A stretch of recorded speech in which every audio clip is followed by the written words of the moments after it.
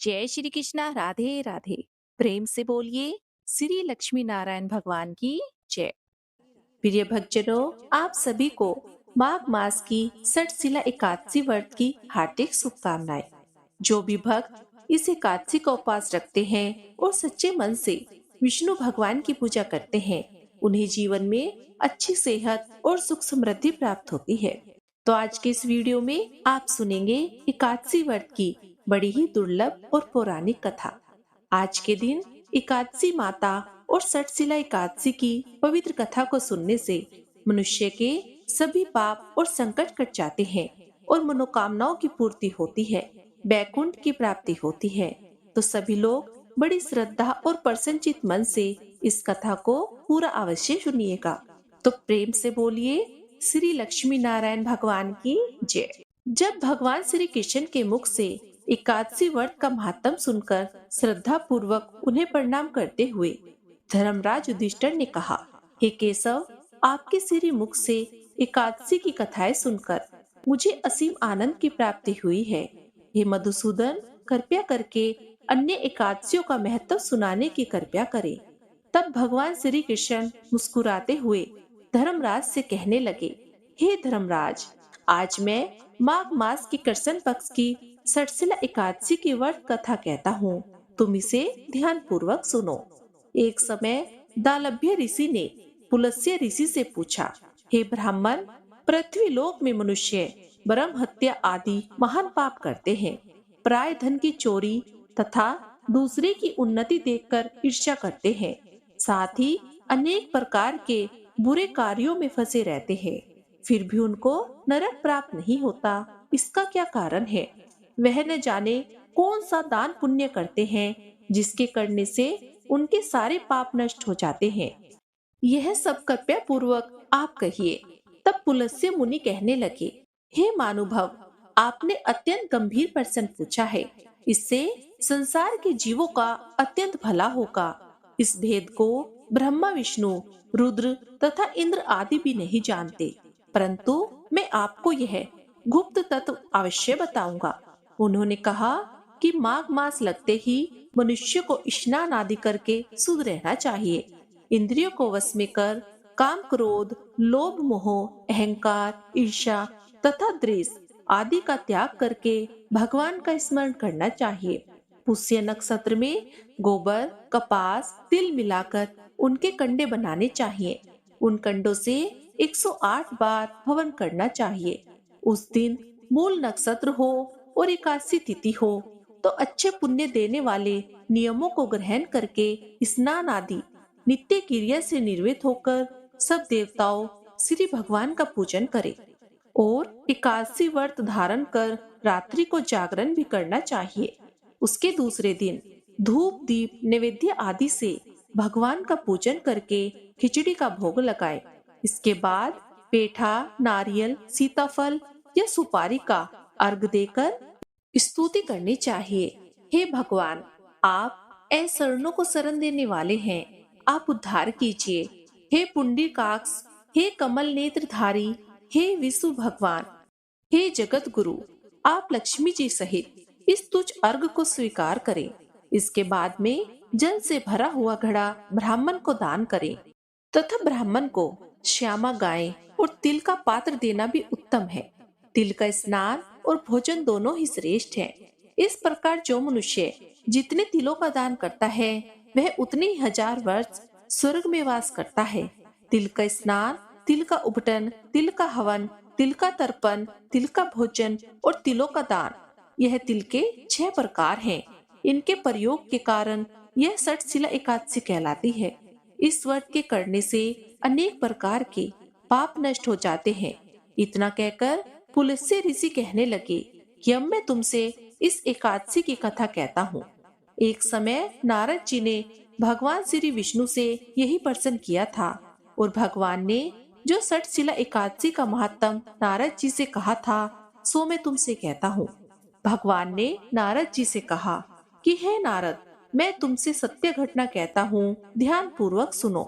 प्राचीन काल में मृत्यु लोक में एक ब्राह्मणी रहती थी। वह सदैव व्रत किया करती थी। एक समय वह 1 मास तक व्रत करती रही। इससे उसका शरीर अत्यंत दुर्बल हो गया। यद्यपि वह अत्यंत बुद्धिमान थी, तब भी उसने कभी देवताओं या ब्राह्मणों को अन्न धन का दान नहीं किया। इससे मैंने सोचा कि ब्राह्मणी ने व्रत आदि से अपना शरीर शुद्ध कर लिया है। अब इसे विष्णु लोक तो मिल जाएगा, परंतु इसने कभी अन्न का दान नहीं किया। इससे इसकी तृप्ति होना कठिन है। भगवान ने आगे कहा, ऐसा सोचकर मैं भिखारी के भेष में मृत्यु लोक में उस ब्राह्मणी के पास गया और उससे भिक्षा मांगी। तो वह ब्राह्मणी बोली, महाराज किस लिए आए हो? तो मैंने कहा, मुझे भिक्षा चाहिए। इस पर उसने एक मिट्टी का ढेला मेरे भिक्षा के पात्र में डाल दिया। मैं उसे लेकर स्वर्ग में लौट आया। कुछ समय के बाद ब्राह्मणी भी शरीर त्याग कर स्वर्ग में आ गई। उस ब्राह्मणी को मिट्टी का दान करने से स्वर्ग में सुंदर महल मिला, परंतु उसने अपने घर को अन्न आदि सब सामग्रियों से शून्य पाया। वह घबराकर मेरे पास आई और कहने लगी, भगवान, मैंने अनेक व्रत आदि से आपकी पूजा की, परंतु फिर भी मेरा घर अन्न आदि सब वस्तुओं से शून्य है। इसका क्या कारण है? तो इस पर मैंने कहा, पहले तुम अपने घर जाओ। देव स्त्रियां आएंगी तुम्हें देखने के लिए। पहले उनसे षटशिला एकादशी का पुण्य और विधि सुन लो, उसके बाद द्वार खोलना। मेरे ऐसे वचन सुनकर वह अपने घर गई। जब देव स्त्रियां आई और द्वार खोलने को कहा, तो ब्राह्मणी बोली, आप मुझे देखने आई हैं, तो षटशिला एकादशी का महात्म मुझसे कहो। उनमें से एक देव स्त्री कहने लगी, सुनो, मैं कहती हूँ। जब ब्राह्मणी ने षटशिला एकादशी का महात्म सुना, तब उसने द्वार खोल दिया। देवी स्त्रियों ने उसको देखा कि ना तो वह गंधर्व है और ना असुरी है, वरन पहले जैसी मानुष है। उस ब्राह्मणी ने उनके कथन अनुसार षटशिला एकादशी का व्रत किया। इसके प्रभाव से वह सुंदर और रूपवती हो गई तथा उसका घर भी धन धान्य आदि सामग्रियों से भरपूर हो गया। अतः मनुष्य को मूर्खता त्याग कर षटशिला एकादशी का व्रत और लोभ न करके तिल आदि का दान करना चाहिए।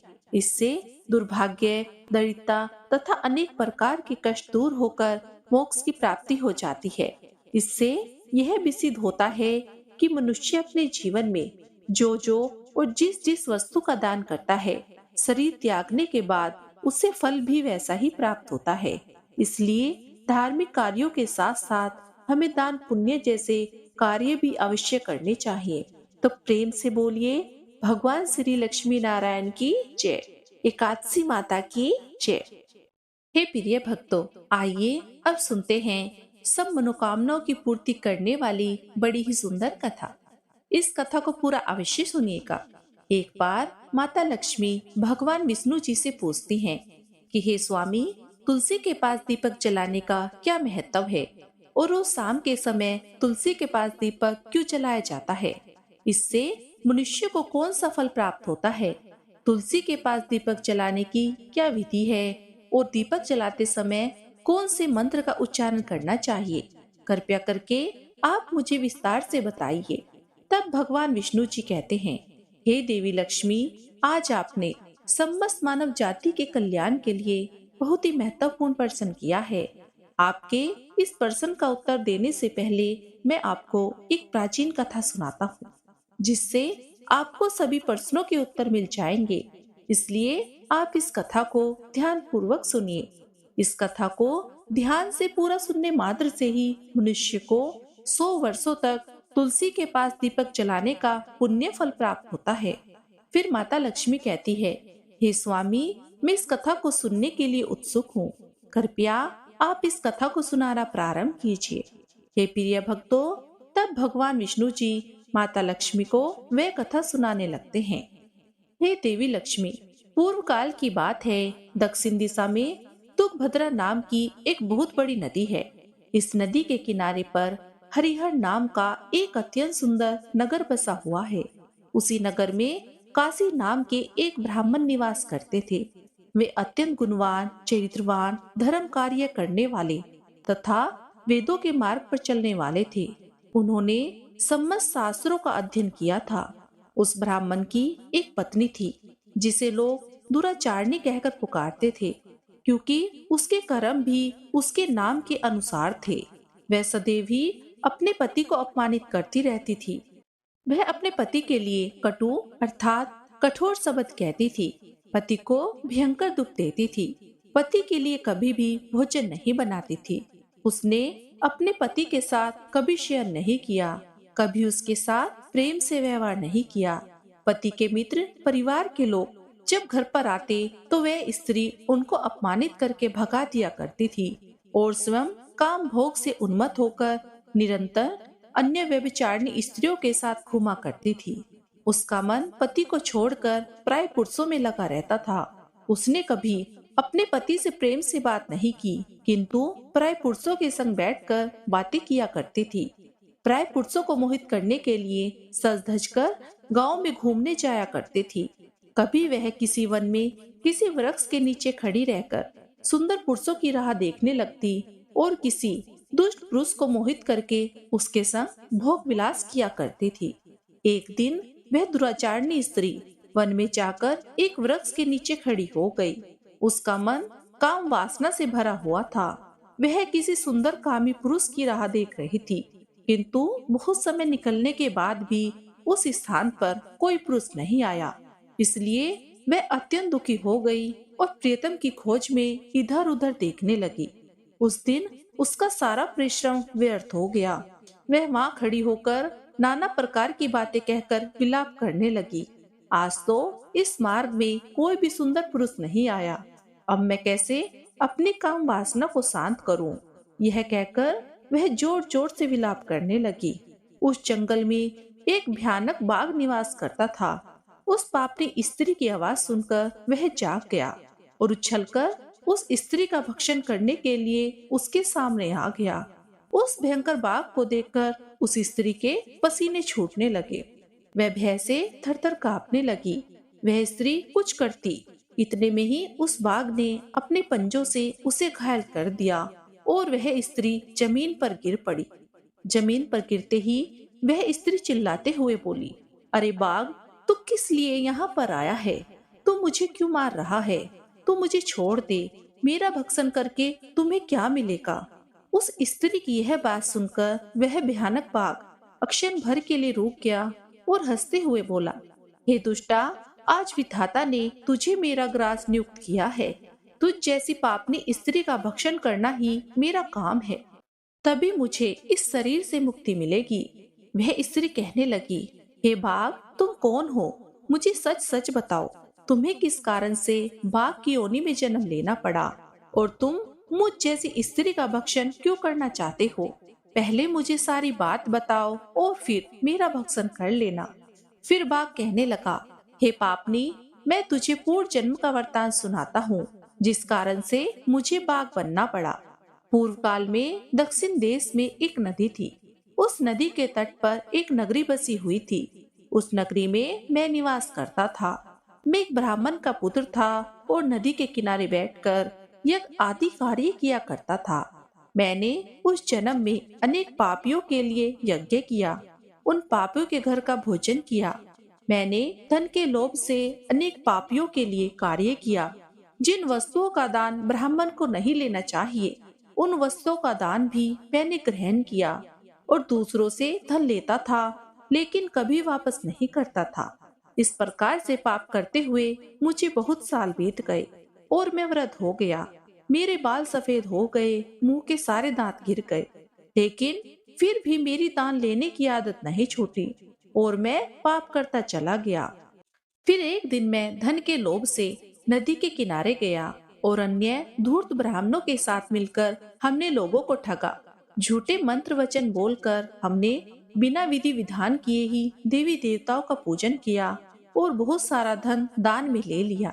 फिर उसी स्थान पर एक बीमार कुत्ते ने मेरे पैर में काट लिया और मैं मूर्छित होकर गिर पड़ा। कुछ क्षण बाद मेरे प्राण चले गए।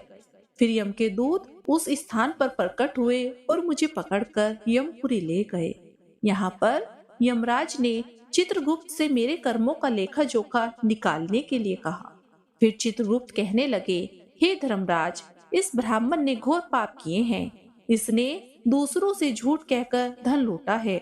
विधि विधान से पूजा न करके झूठे मंत्र बोलकर भगवान का अपमान किया है। इसलिए यह पापी ब्राह्मण केवल नरक जाने के ही योग्य है। फिर यमराज ने अपने दूतों को आदेश दिया कि मुझे नरक की अग्नि में डाल दिया जाए और कई वर्षों तक सजा भोगने के बाद मुझे बाघ का शरीर प्राप्त हुआ है और मैं इस दुर्गम वन में निवास करने लगा। अब मैं अपने पूर्व जन्म के पापों को याद करके कभी महात्मा साधु पुरुष सती स्त्रियों का भक्षण नहीं करता, केवल पापी दुराचारी स्त्रियों का ही भक्षण करता हूँ ताकि मुझे पाप से मुक्ति मिल जाए। फिर बाघ उस स्त्री से कहने लगा, हे पापनी, तेरे आचरण से तू उल्टा दिखाई देती है। अपने पति को छोड़कर तू इस वन में अन्य पुरुषों के साथ भोग विलास करने के लिए आई है, इसलिए आज तू मेरा ग्रास अवश्य बनेगी। इतना कहकर उस बाघ ने अपने तीक्ष्ण नाखून से उस पापी स्त्री के टुकड़े टुकड़े करके उसे खा लिया। फिर उस स्थान पर यम के दूत प्रकट हुए, उस पापी स्त्री को उठाकर यमपुरी ले गए। चित्रगुप्त ने उस स्त्री का लेखा जोखा निकाला और यमराज को बताया। यमराज ने उस स्त्री को घोर नरक में डाल दिया। कई वर्षों तक नरक की अग्नि में जलने के बाद उसने फिर पृथ्वी लोक पर एक चंडाल के घर में जन्म लिया और वह फिर से दुख भोगने लगी।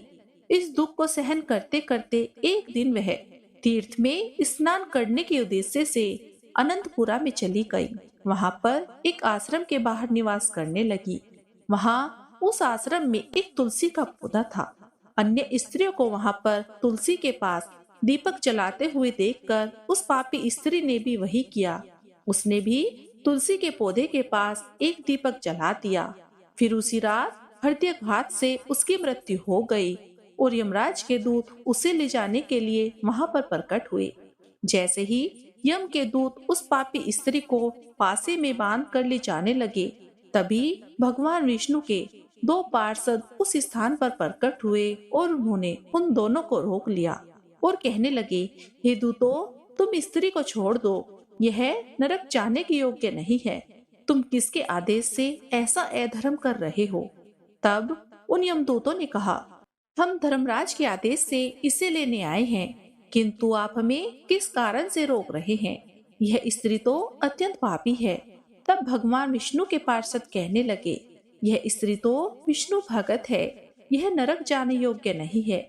इसने शाम को तुलसी के पास दीपक जलाया है, इसी कारण से इसके सारे पाप नष्ट हो गए हैं, इसलिए अब यह नरक जाने के योग्य नहीं है। यह स्वर्ग जाने की अधिकारी बन चुकी है। पार्षदों की बात सुनकर यमदूतों ने उस स्त्री को उसी स्थान पर छोड़ दिया और यमलोक लौट गए। वहां जाकर उन्होंने यमराज को सारा वृतांत सुनाया।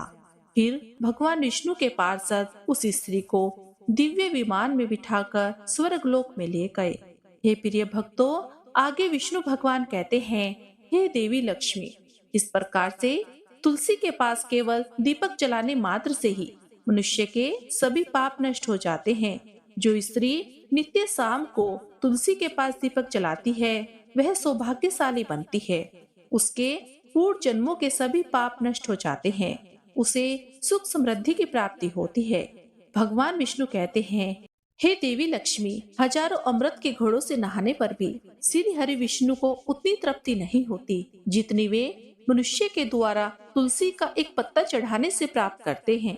10,000 गोदान से मानव जो फल प्राप्त करता है, वही फल तुलसी पत्र के दान से पा लेता है।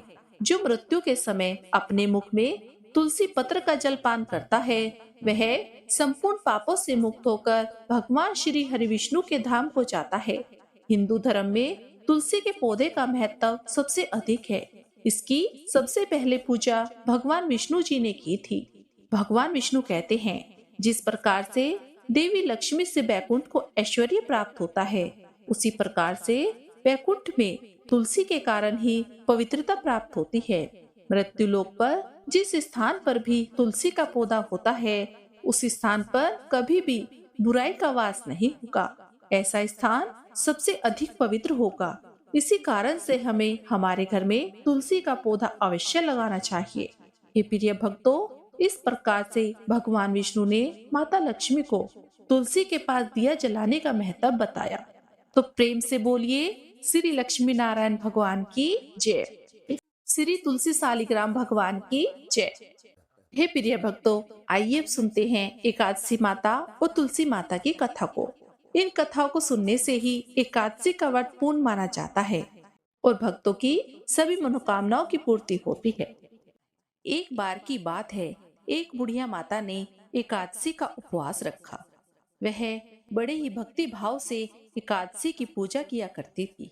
वे बूढ़ी हो चुकी थी। उन्हें वृद्धावस्था में कोई भी ऐसी वस्तु नहीं चाहिए थी जो वे एकादशी का उपवास रखती, क्योंकि एकादशी का उपवास रखने से तो श्री हरि की कृपा से सब कुछ मिल जाता है। वे बूढ़ी माँ अपने बच्चों के लिए, अपने परिवार की सुख सुविधा के लिए इतना कठिन व्रत रखती थी। वे दिन भर तो बड़ा कठिन मन करके और अपनी प्यास को किसी तरह से रोके रही, क्योंकि एकादशी के व्रत में वह जल की एक बूंद भी ग्रहण नहीं करती थी। द्वादशी को जल पीकर वह अपने व्रत का पारण किया करती थी। दिन भर उन्होंने किसी प्रकार अपने मन को संयमित रखा, पूजा पाठ की, व्रत की कथा पढ़ी, सुनी और फिर पंडित जी को मिट्टी के एक पात्र में भरकर पानी और मौसमी फल दिए। दोना भरकर शक्कर भी वितरित की। उन्हें गर्मी के कारण बड़ी बेचैनी हो रही थी।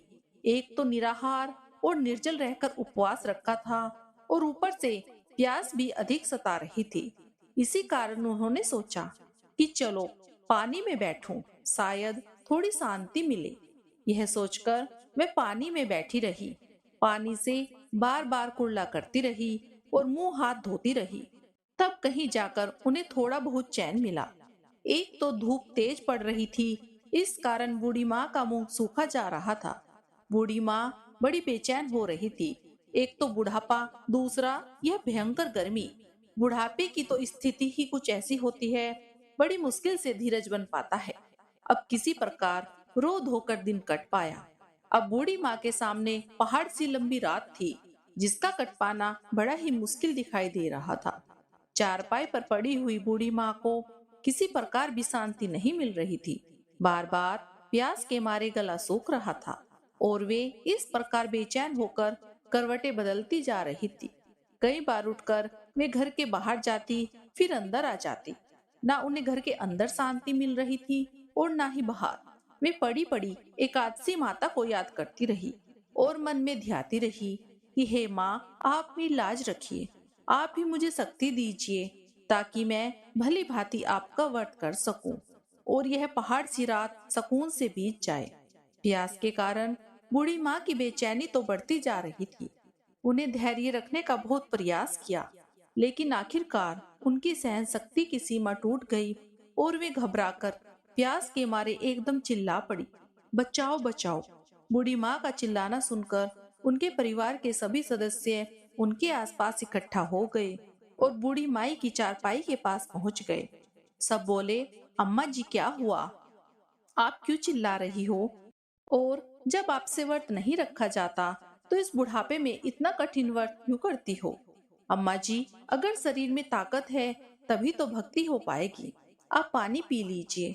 बूढ़ी माँ अपने परिवारजनों से बोली, मेरे तो प्यास के मारे प्राण ही निकले जा रहे हैं। जरा जल्दी से मेरी छाती पर ठंडे पानी का घड़ा तो रख दो। नातियों ने दौड़कर दादी की छाती पर ठंडे पानी का बर्तन रख दिया। तब कहीं जाकर उन्हें सुकून मिला और जब सुकून मिला तो थोड़ी देर के लिए उन्होंने अपनी आंखें बंद कर ली। इधर एकादशी माता सोचने लगी, यह तो बूढ़ी माँ है, लेकिन बड़े नियम से मेरा व्रत रखती है। चलकर इनकी परीक्षा लेनी चाहिए। ऐसा विचार करके एकादशी माता आधी रात को मुर्गा बनकर कुकड़ू करने लगी। मुर्गे की टेरर सुनकर बूढ़ी माँ जल्दी से उठी और बाहर जाकर आसमान की ओर निहारने लगी, लेकिन आसमान में तो कहीं भी उन्हें सुबह का तारा नहीं दिखाई दिया। अब वे सोचने लगी, फिर यह मुर्गा क्यों बोल रहा है, कैसे बोल गया? एक तो उन्हें प्यास लग रही थी, अब थोड़ा बहुत उनका मन भी बेचैन होने लगा। आखिरकार उन्होंने यह दृढ़ निश्चय किया, अब तो मैं इस व्रत को पूरा करके ही छोड़ूंगी, फिर चाहे व्रत पूरा होने तक मेरे प्राण ही क्यों ना निकल जाएं। मन में ऐसा पक्का निश्चय करके वह वापस चारपाई पर आकर लेट गई। थोड़ी ही देर के बाद एकादशी माता ने उनकी फिर से परीक्षा लेनी चाहिए, तो वह एक छोटी सी कन्या का रूप धारण करके गिलास में मीठा पानी लेकर उनके सिरहाने खड़ी हो गई और जोर से बोली, दादी जी, सवेरा हो गया है, आप हाथ मुंह धोकर शरबत पी लीजिए। पहले तो शरबत का भरा हुआ गिलास देखकर बूढ़ी माँ का मन ललचाने लगा। प्यास के मारे गला जो सूखा जा रहा था, किंतु अचानक उन्हें याद आया, उनका तो एकादशी का उपवास है। फिर उन्होंने सोचा, अभी तो वे किसी भी तरह से यह शरबत नहीं पी सकती, और फिर वे चुपचाप वापस अपनी चारपाई पर लेट गई। जैसे ही उनकी आंख लगी, तभी उन्हें एहसास हुआ कि मानो किसी ने उन्हें पानी से भरे हुए कुएं में पटक दिया हो। वे बहुत देर तक उस कुएं में हाथ पांव चलाती रही, लेकिन इस बीच उन्होंने अपने मुंह में पानी की एक बूंद भी नहीं जाने दी, क्योंकि उनका एकादशी का उपवास जो था, और वे पक्के निश्चय के साथ अपना व्रत पालन करती रही। थोड़ी ही देर में उन्हें ऐसा लगा मानो सामने आग जल रही हो। आग के कारण बड़ी भारी गर्मी होने लगी। प्यास के मारे उनके प्राण निकलने लगे। लेकिन इतना सब होने के बाद भी बूढ़ी माँ ने पानी की एक बूंद भी नहीं पी। वे तो बस अपनी चारपाई पर बैठी बैठी एकादशी माता का ध्यान करती रही। अब सवेरा होने में बस कुछ ही समय है, यह जानकर वे बड़ी तसल्ली के साथ इधर उधर घूमने लगी। एकादशी माता अब यह बात अच्छी तरह समझ गई कि इन बूढ़ी माँ को किसी भी प्रकार से अपने व्रत से नहीं टाला जा सकता। वे उनके सत्य व्रत को भली भांति समझ गई। अब सवेरा हो गया। बूढ़ी माँ ने स्नान किया, भगवान श्री हरि का पूजन किया, फिर एकादशी माता की कथा सुनी, ब्राह्मणों को दक्षिणा देकर भोजन कराया। तब कहीं जाकर उन्होंने जल ग्रहण किया। कन्याओं को भोजन कराने के बाद बूढ़ी माँ ने फिर स्वयं भोजन किया, और उस श्रेष्ठ व्रत के प्रभाव से बूढ़ी अम्मा की आयु में वृद्धि हो गई। उनकी आयु बढ़ गई। उनका घर परिवार हरा भरा हो गया। अब उनके घर में किसी भी चीज की कोई कमी नहीं रही। उनका घर हर प्रकार के सुख साधनों से भर गया। नाती नातिन से उनका घर भर गया, और वे उसी दिन से 12 महीने की एकादशी का व्रत करने लगी। एकादशी माता के व्रत के पुण्य प्रताप से इस संसार में हर प्रकार के सुख भोग कर वह बूढ़ी माता अंत में भगवान श्री हरि के धाम चली गई। इस प्रकार जैसे एकादशी माता आपने उन बूढ़ी माता की मदद की, उनके परिवार को हरा भरा किया, उन पर अपनी कृपा दृष्टि बनाए रखी, ऐसे ही हम सभी की मनोकामनाएं पूरी करना। प्रेम से बोलिए श्री लक्ष्मी नारायण भगवान की जय। एकादशी माता की जय। प्रिय भक्तजनों, आइए अब सुनते हैं गणेश जी महाराज की विवाह की कथा। एक बार देवी तुलसी विवाह हेतु वर ढूंढने के लिए तीर्थ यात्रा पर निकली थी, और ढूंढते ढूंढते वह गंगा किनारे पहुंच गई। उस समय गणेश भगवान गंगा किनारे तप कर रहे थे। उन्हें देखते ही देवी तुलसी उन पर मोहित हो गई, और उनके मन में गणेश भगवान से विवाह करने की इच्छा उत्पन्न हुई। फिर देवी तुलसी ने गणेश जी के पास जाकर उनका ध्यान भंग कर दिया। आंखें खोलने के बाद गणेश भगवान के सामने देवी तुलसी खड़ी थी, लेकिन सामने एक स्त्री है, इसलिए अपने क्रोध को नियंत्रण में रखकर गणेश भगवान ने पूछा, आप कौन हैं? और हे देवी, आपने मेरा ध्यान भंग क्यों किया है? इसका क्या कारण है?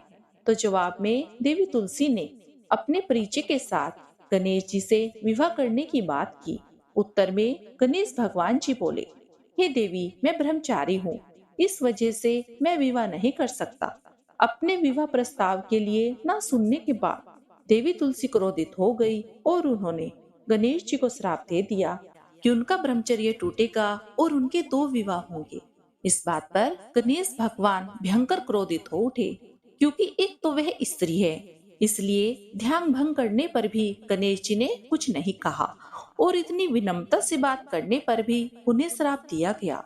फिर गणेश जी ने भी तुलसी माता को श्राप दे दिया कि तुम्हारा विवाह शंखचूर्ण नाम के असुर के साथ होगा।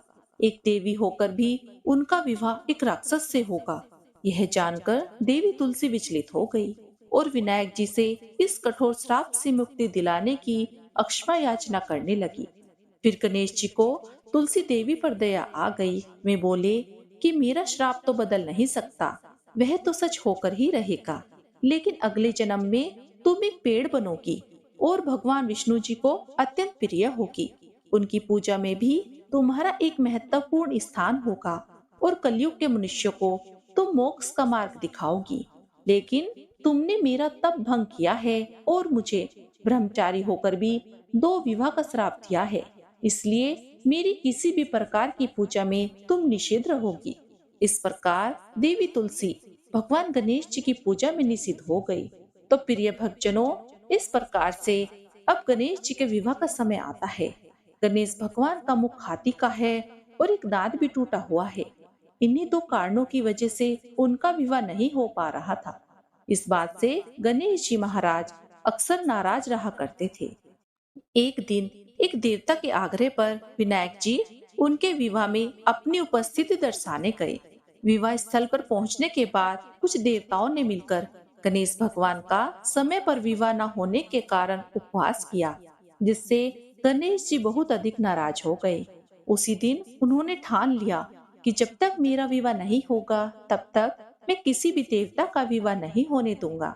गणेश भगवान के पास विवाह और अन्य संदेश लाने का काम उनके प्रिय वाहन मूसक राज किया करते थे। अब मूसक राज जब भी किसी देवता के विवाह का समाचार लाते हैं, तब गणेश जी उसे आदेश देते और मूसक राज अपनी सेना के साथ जाकर उस विवाह के मंडप को गिराकर तहस नहस कर देते और बरातियों को भी भगा देते। इस तरह गणेश जी और मूसक राज की मिली भगत की वजह से किसी भी देवता का विवाह नहीं हो पा रहा था। गणपति जी के व्यवहार से तंग आकर सभी देवी देवता भगवान शिव जी और माता पार्वती के पास पहुंच गए और इस विराट समस्या का समाधान मांगने लगे। तब भगवान शिव और माता पार्वती ने कहा कि इसका हल आपको केवल ब्रह्मदेव जी के पास ही मिल सकता है। कृपया करके आप सभी ब्रह्मलोक जाइए। तब माता पार्वती और महादेव जी को प्रणाम करके सभी देवी देवता ब्रह्मा जी के पास प्रकट हुए। देवताओं की समस्या को ठीक से सुनने के बाद ब्रह्मा जी ने अपनी योग शक्ति से 2 कन्याओं का निर्माण किया। कन्याओं का नाम था रिद्धि और सिद्धि। वह दोनों ब्रह्मा जी की मानस पुत्रियां थी। उन्हें लेकर ब्रह्मा जी गणेश जी के पास आए और उनसे अपनी पुत्रियों को ज्ञान एवं शिक्षा देने का निवेदन करने लगे। ब्रह्मा जी का मान रखने के लिए एक दंत भगवान ने रिद्धि और सिद्धि को दीक्षा देना आरंभ कर दिया।